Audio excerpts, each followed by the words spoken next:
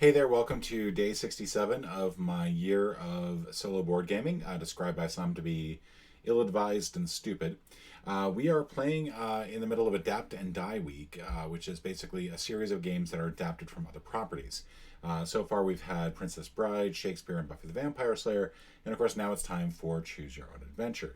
Now, there were two games put out with Choose Your Own Adventure branding, and I'm not sure if I'm going to do both of them. I do have both of them, and I think because I got to fill up 365 days, I will probably end up doing this one as well at some point, maybe even this week.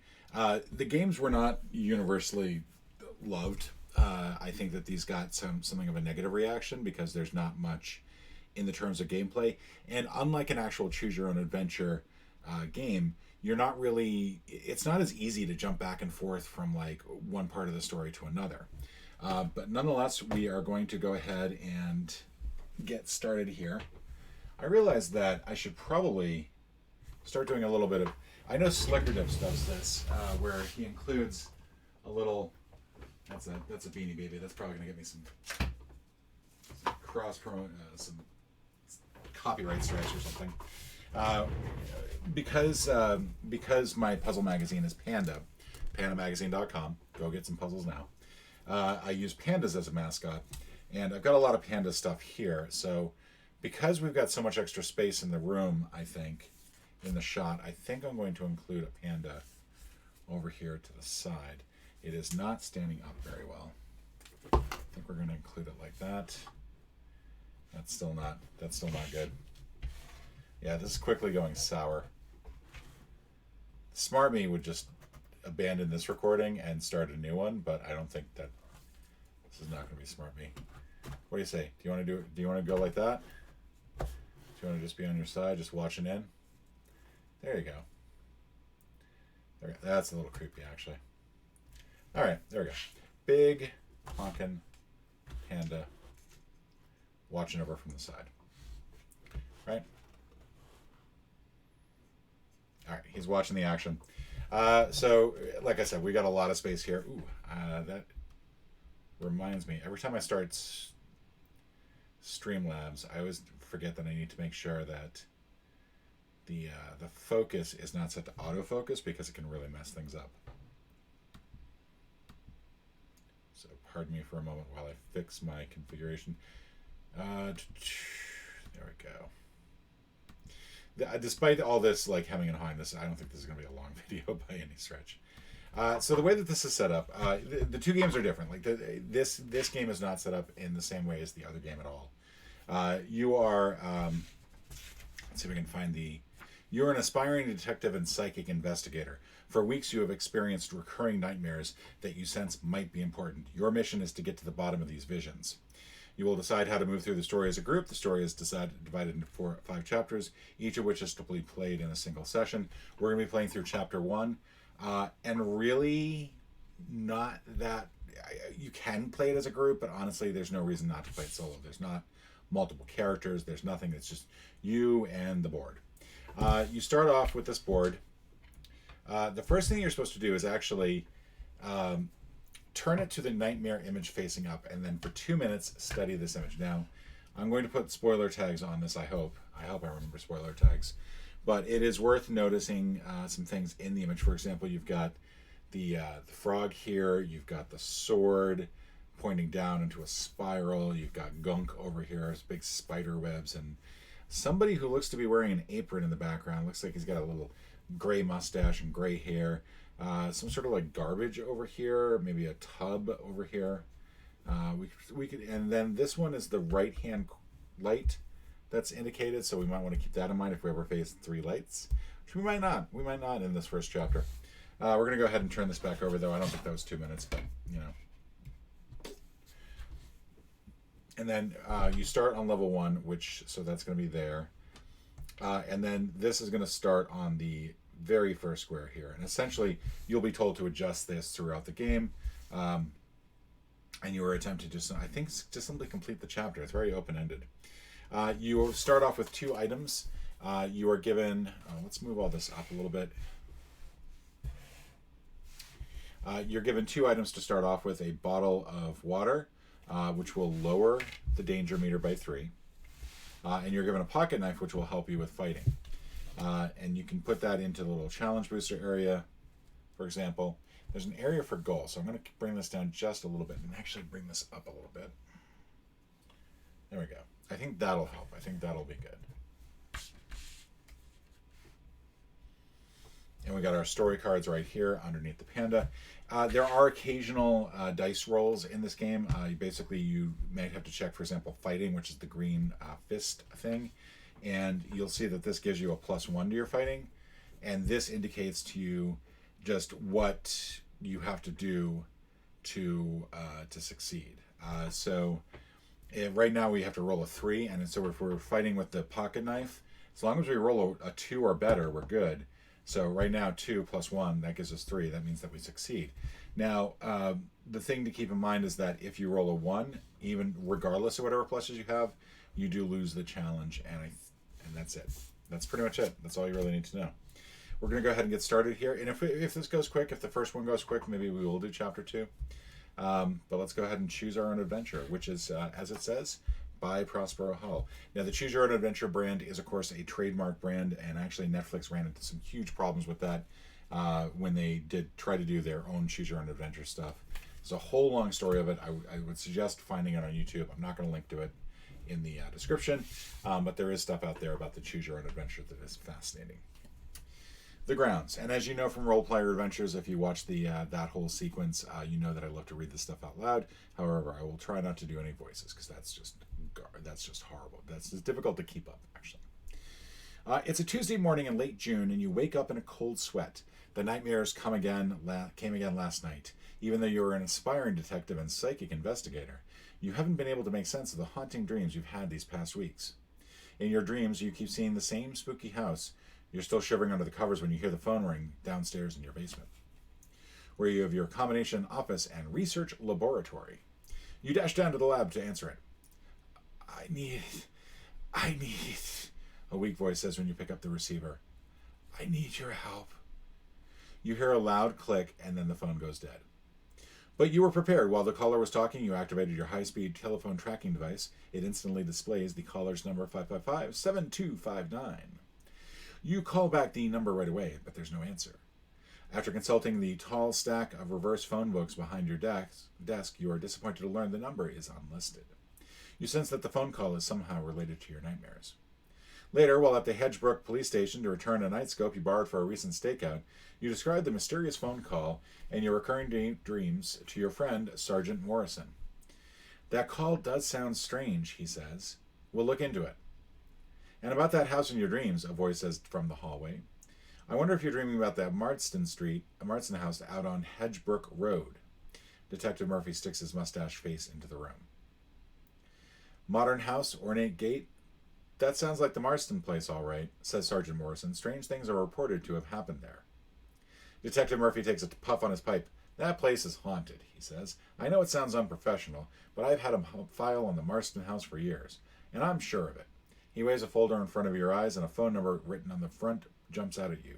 It matches the one from your mysterious phone call!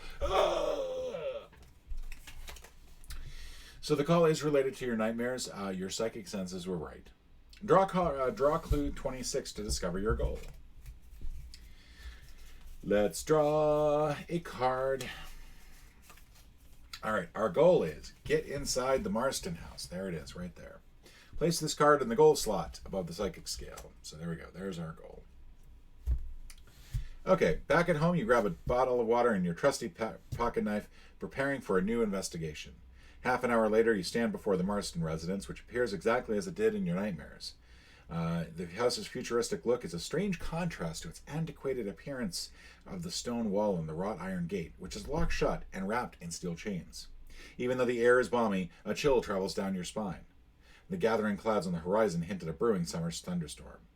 If you search the wall for a way in, go to story card 13. If you climb the gate, go to story card 7. Now, of course, in a Choose Your Own Adventure, you're given paragraphs, and then you get to choose which way you want to go. And really, there's not a whole lot of puzzling there. It's more just like the original Choose Your Own Adventures. I love them, but they always felt like bizarre. They always felt like they made no sense. They were just kind of loose stories, and they were just kind of fun to go on. You might die, you might not die, you might get sunk in the ocean, you might get stuck in the. I think the time traveling one was the weirdest one because you could get stuck on the Earth like 3 million years into the future. Lots of little stuff like that. But our choice is 13 or 7. So I think what we're going to do is we're going to climb the gate and try to get in that way. So we're going to go to 7. Now I did play this at one point. I do not remember any of the details. You pull yourself over the rustling gate and land with a crunch on the gravel driveway leading towards the house. But before you can survey your surroundings, you hear a guttural sound coming from your left. You encounter a shadowy, hunched-over figure emerging from the darkened doorway of a decrepit gatehouse. You can just barely make out eyes and white fangs dripping with saliva. The figure crouches, as if to spring forward at any moment. "Who's there?" you stammer.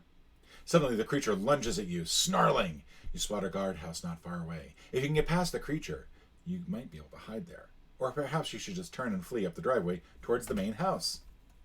Optional challenge. Fight the creature. You can either fight, in which case you're going to draw a clue if you win, or range the danger meter by 2 if you lose. After the challenge, make your story choice below. So we're going to go ahead and actually fight this. So right now we have to get a 3. We're going to use our pocket knife, and as long as we don't roll a 1, we should be good.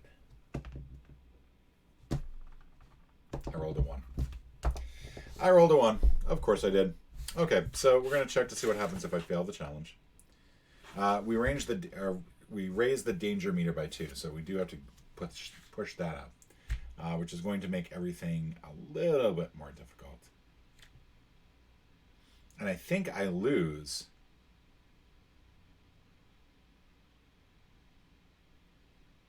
Yeah, okay, that's fine. We do keep the items. We do keep this one, but we did lose. Should probably put this somewhere where you can read it. We lost. C'est la vie. All right, so we should run inside the guardhouse or run up the driveway. Story card 8 or story card 19. I think we're going to go up the driveway. Really a 1 in 6 chance that was not going to work. Your heart pounding, you bolt up the driveway, which bends around the back side of the manor. After running about 50 yards, you slow down out of breath. Gasping for air, you stop at a large wall of thorny hedges lining one side of the driveway. You hear water trickling down a ditch on the opposite side of the driveway.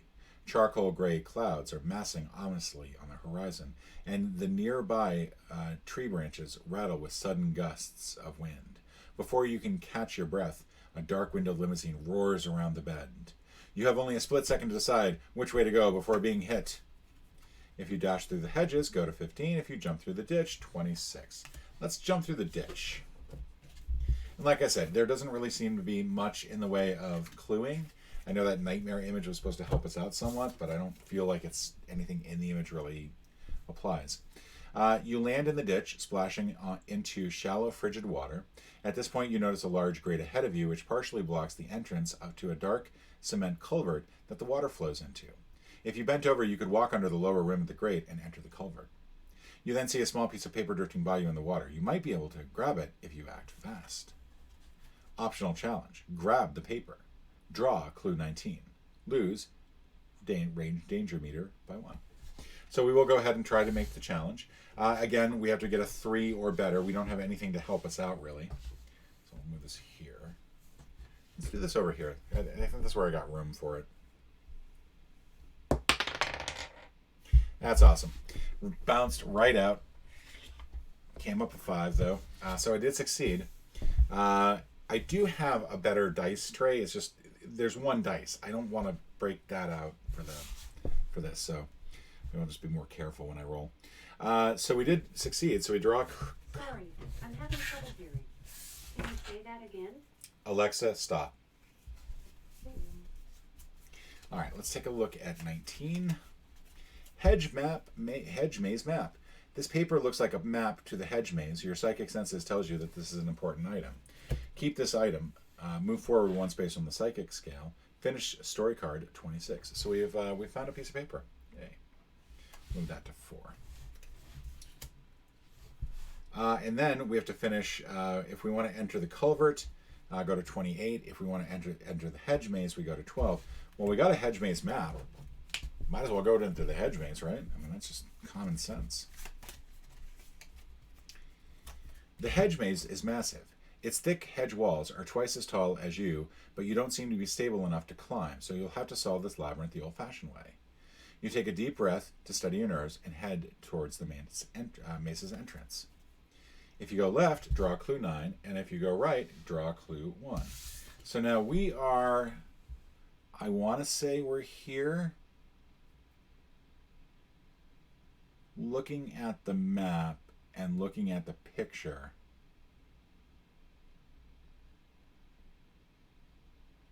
I don't feel like they necessarily line up. Yeah, these are not of the same.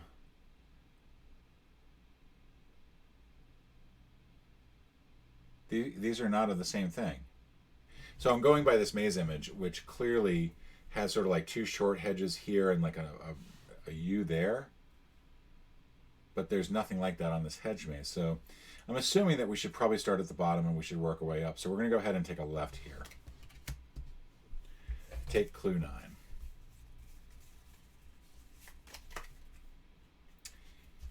You turn and follow the path deeper into the maze. You feel like you're going in the right direction. So since that was the correct direction, since we did go left, we now want to take a right for the next one. That'll be clue 12.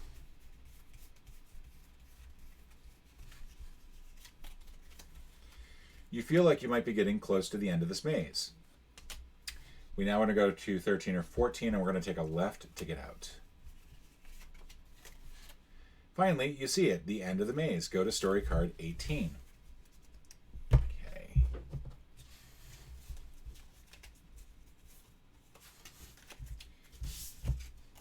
You finally come to the end of the hedge maze. It exits towards a pool house. A short stone pedestal stands in front of you with a metal lockbox on the top. Perhaps someone wanted to reward you for navigating that accursed maze, though the whole thing does seem suspicious. Looking towards the pool house, you notice its door is barely hanging from its hinges. There's also a gate that leads, you assume, directly to the pool. To see if the lockbox is open, draw clue 3. And then we can go on to other stuff. So I think what we need to do, first of all, we're going to put these clues back. Or I guess we'll put them off to the side since we don't need them anymore. We'll go ahead and put this off to the side. I think in the little thing here, there's a clue discard pile, so we can discard these clues down here. So what do we want? Clue 3. Clue 3. Truck key. Not only is the lockbox open, but inside you find the key to a truck. Your psychic tells you this is an important item. Keep this item, move forward 2 spaces on the psychic scale. Finish story card 18. So there we go. 4 to 6. If you explore the pool house, go to story card 11. If you walk through the gate to check out the pool, go to story card 23. Let's check out the pool house first. 23. The other thing that was difficult to do is rewind in this. So if you want to go back and like fix a decision you might have made, you have to kind of have to start over from scratch. It's obvious that nobody has cleaned the pool in ages. The water is a murky green and the surface is littered with leaves and branches. Ripples pulse outward from the center of the pool. Out of nowhere, you hear a commotion. You look around and wonder if it's coming from inside the pool house nearby. Then you see movement on top of the gazebo in a distance. Someone or something is engaged in a struggle up there. Maybe they need your help. Then again, if you offer assistance, you might end up needing help yourself. Optional challenge, investigate the ripples in the pool. So let's go ahead with it. We need a 3 or better.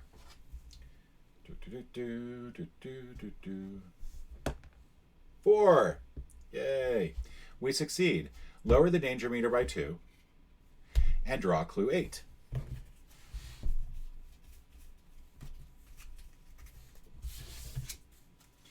You walk down the steps into the water and to see what's making the waves. A strange whirring metal sphere, slightly bigger than a softball. You impulsively grab it. The sphere vibrates in your hands. There are 2 buttons on it. You press one, nothing happens. You press the other button, the sphere continues to vibrate. Instinctively, you press both buttons at the same time. The sphere stops moving and begins to glow. Draw 21. Get discarded.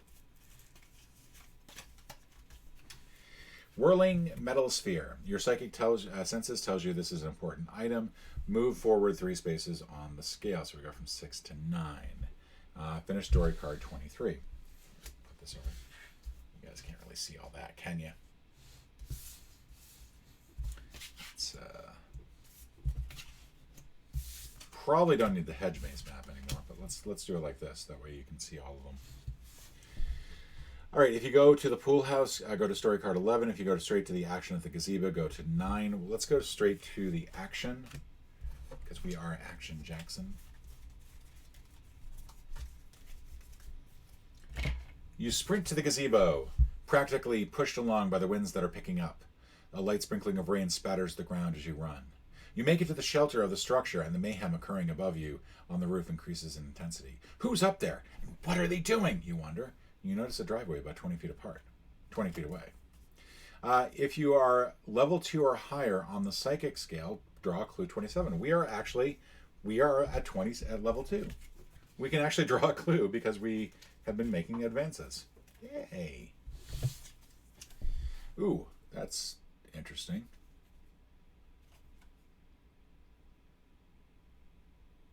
What is that? Sorry, you're looking at my bald head. It's kind of weird. All right, well, we got some sort of like mental image. If you climb to the top of the gazebo, go to story card 10. If you run to the driveway, go to 30. Let's go to the gazebo. You stand on the gazebo's railing, steadying yourself by gripping an ornate post holding up the roof. The rumbling above sounds and feels frightening. What are you getting yourself into?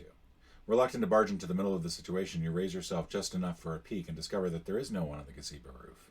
The commotion is actually a large satellite dish, broken into 3 pieces. The big, jagged fragments are still connected to the base by wires, and the violent winds are spinning them in a circle with great force. Flailing wildly, like an angry octopus, the satellite dish almost hits you in the face. You might be able to grab a piece zooming by. Required challenge. Attempt to grab a piece of the satellite dish. So we just got to roll the dice. I mean, if it's 3 or better, we do okay. And 2. We fail. Draw a clue 17.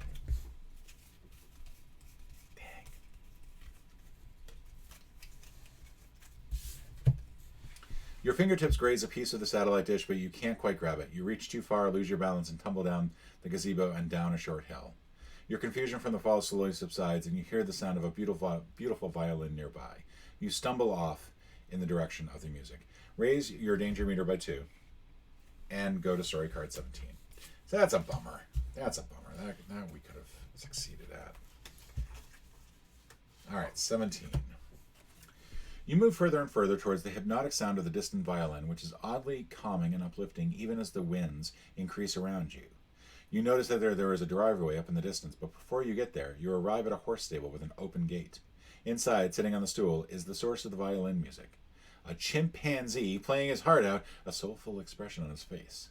The chimp is fully committed to the music. You have never heard such an emotional performance. It's beautiful. Chimp! If you leave the stable and run to the driveway, go to story card 30. If you tiptoe through the gate to experience the full power of the performance, go to story card 24. Let's go ahead and let's experience this performance. How often do you get to see a chimp playing violin? Almost never, I say. It's not a common occurrence. You tiptoe through the open gate, eager to hear the finale of the chimp's violin piece. Quietly. With your third step, you trigger a motion sensor light that completely illuminates the interior of the building. Apparently, this is no stable. It's a kennel. 20 Doberman Pinschers were peacefully enjoying the concert, but now they glare at you with anger in their eyes. The chimp frowns and slowly points his violin bow towards you. The Dobermans respond and rush to attack you and then eat you alive. The last thing you see is the chimpanzee violinist laughing at your fate. So embarrassing. The end. Move back 1 space on the psychic scale and go back to story card 17. So we'll go to 30 instead, because I guess we don't have a choice in the matter. 30.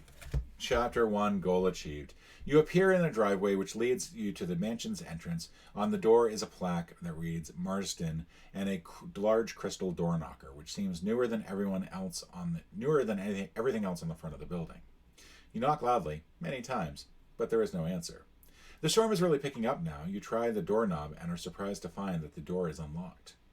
You've been lucky enough so far, but you may wonder if you've missed something. Before you enter the house, you look back. You can see a few clear paths. One leads towards the statuary, another to a small cemetery. Two more paths stretch out to a watery ditch with a gate and the house's luxurious pool. You could go back and explore if you want. Story return. There are items in this chapter that will be useful later on in the story.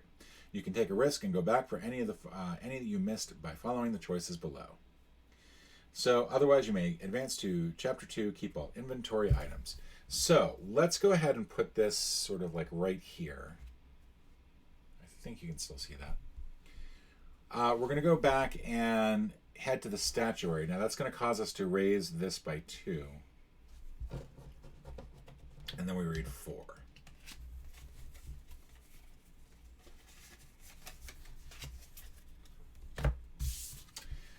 The horseman is a dashing, bearded Civil War soldier, his bronze face stoic. He holds a cavalry saber towards the brooding sky. The sword's edge glints in the weak sunlight that penetrates the thickening clouds above. The sword looks almost new. At the base of the statue is a plaque that proclaims this as a memorial to Henry Marsden. The plaque reads, Henry Marsden, born 1839, died 1887. General in the Union Army during the Civil War, severely wounded at the Battle of Shiloh in 1862, appointed warden of Hedgebrook Prison in 1880.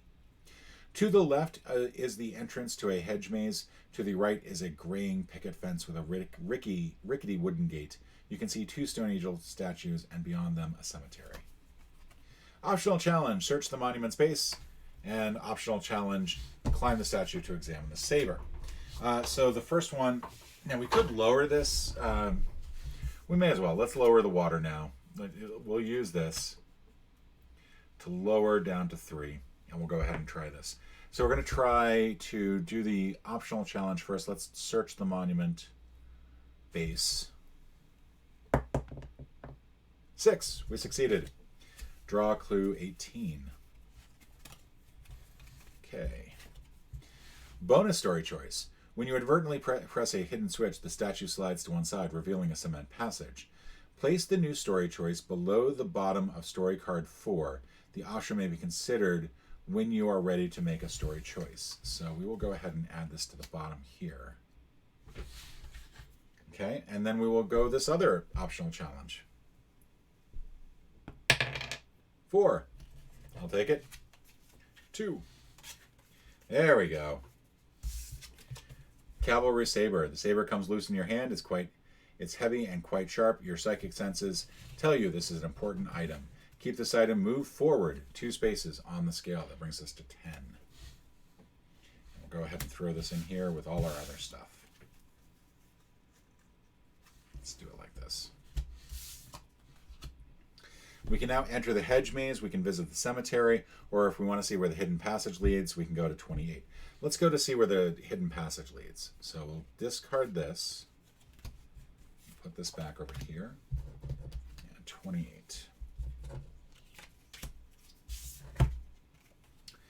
You creep through the darkness and find the cement walls end as natural stone and earth begins. Occasional vents to the surface let in just barely enough light to see by. Ahead you glimpse the warm firelight of torches. You come to a fork in the tunnel, lit by the dancing flames. One tunnel descends deeper and is half filled with water. You could swim through it, but you can't see where the tunnel leads or how far it goes. Another tunnel looks particularly caved in. Tiny clumps of earth periodically fall from the ceiling as you approach this tunnel, and several of the supports that hold up the walls have gaping cracks in them. If you dive into the water-filled tunnel, go to story card 22. If you explore the partially collapsed tunnel, just go to story card 16.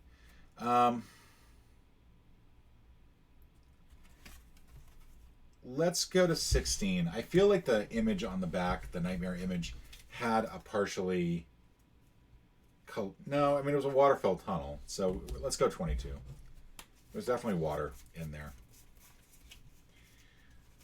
Mustering all the courage you can, you dive into the watery tunnel. There is just enough room in the tunnel above the water for you to lift your head between strokes and take a breath. Eventually, the tunnel drops lower and lower until it's completely submerged underwater. You hold your breath, dive down, and look around. After about 30 feet, the tunnel opens up to a bigger body of water, a pond or pool with sunlight beaming into it. You pop up for air. Well, I've come this far, you think. You're ready to chance it. You take a deep breath and dive back down. You get 10 feet in, 15 feet in, 30 feet in. Just as you're about to exit the underwater tunnel, something tugs at your leg. You can't tell if it's an animal or if you're caught in an underwater vine. Fight to escape. Required challenge. We gotta keep kicking until we succeed. We got a 6 there. We succeeded. Woohoo! No danger for us. 20. The thing, whatever it is, wraps more tightly around your leg. It's pulling you down. Another tendril or tentacle slides around your neck. You pry it off, and with the last of your strength, you give it a powerful kick. And you're free. Just like that, the thing is gone. You emerge into the swimming pool with a lush pool house next to it. Lower the danger meter by 2 and go to story card 23. All right. Which I think we've already gone to. Yeah, it's not here.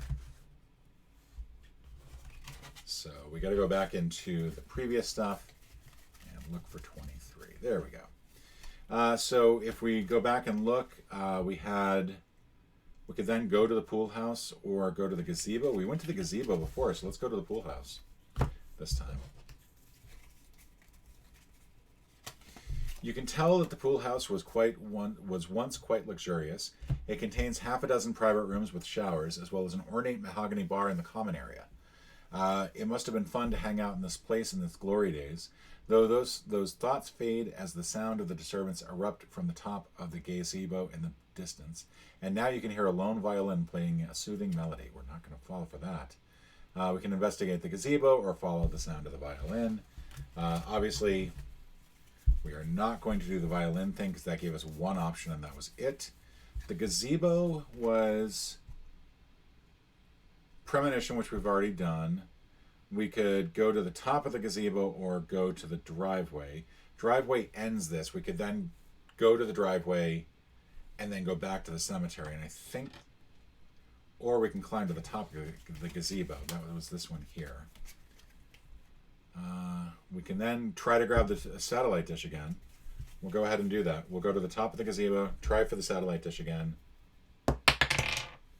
We got a 5. So we did it. This time we draw 22.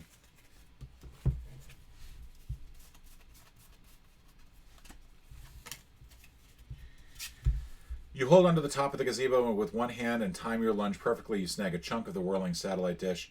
This appears to be made by hand. An engraving on it reads, Planet of Crystals. Draw clue 7. Satellite dish. Your psychic tells you that this is an important item.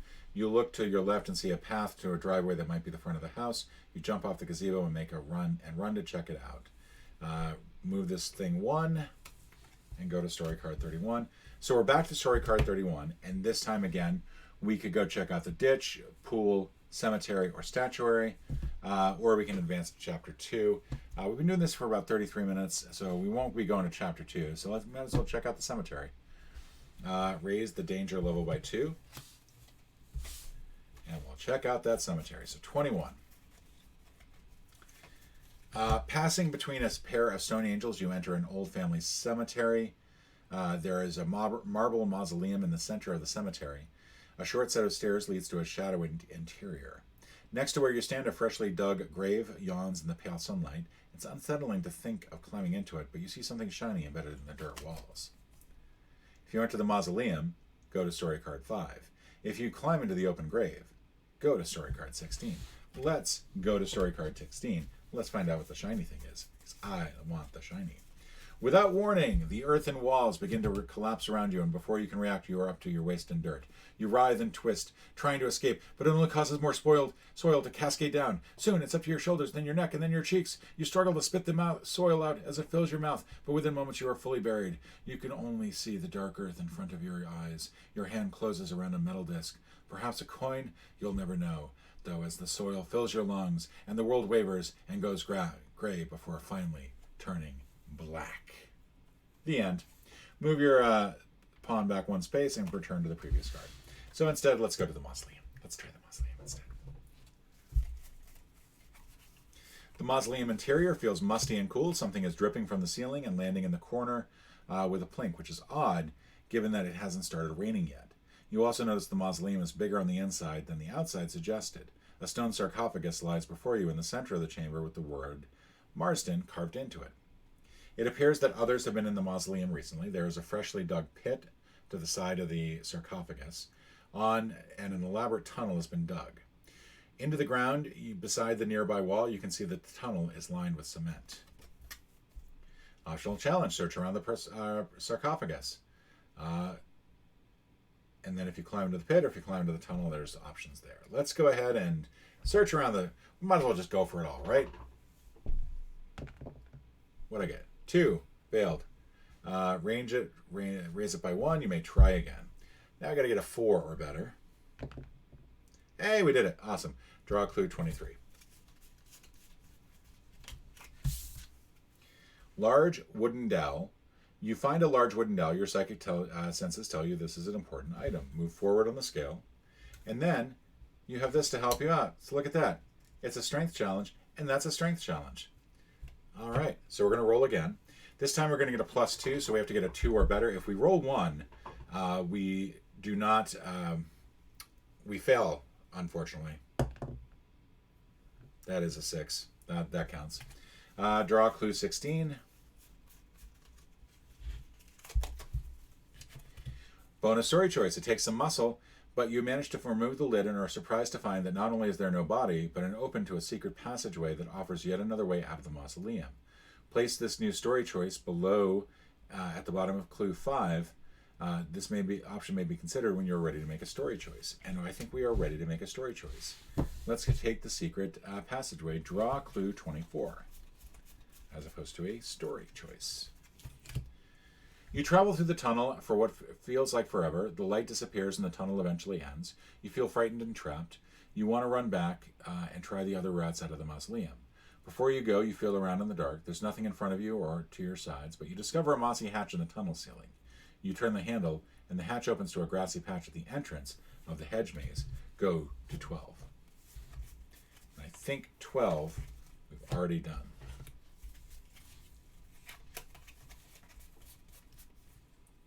Hedge Maze. Yeah, we already know how to get out of this, so we'll just go straight to the end of the Hedge Maze. Exits to the pool house. I guess if you walk through the gate to check out the pool, or you can explore the pool house. Let's explore the pool house if we have not done so already. We have done so already. Let's go ahead and move these out of here. So that's 11. Continue on the back. We can investigate the gazebo, or we can follow the sound of the violin. We're going to investigate the violin this time because we know that we can go straight to the end. Let's see. We can go to 30. And now we have collected all our items, and we may now advance to Chapter 2. We are done with Chapter 1. And that is the House of Danger. That's the first chapter of 5. And that's pretty much it. We've got a bunch of things now to help us out in the next round. I'm not going to spoil the rest of this. There's still obviously a number of cards here that are left over, so there's still more that we could have done. Obviously, we could have defeated the thing that attacked us. We could have gone more into the mausoleum. So there's all sorts of little things. But we're on 11 at level 3. We're at level 4 here. Not bad. And again, this game is very light. You'll probably play through it like once or twice, and then that's about it. So it's bonkers. I'm sort of keeping the rest of it off screen here, so there's like spoilery stuff all the way up here, but you can't see it. So anyway, do all the YouTube things, like, subscribe, and I'll see you tomorrow. Ciao.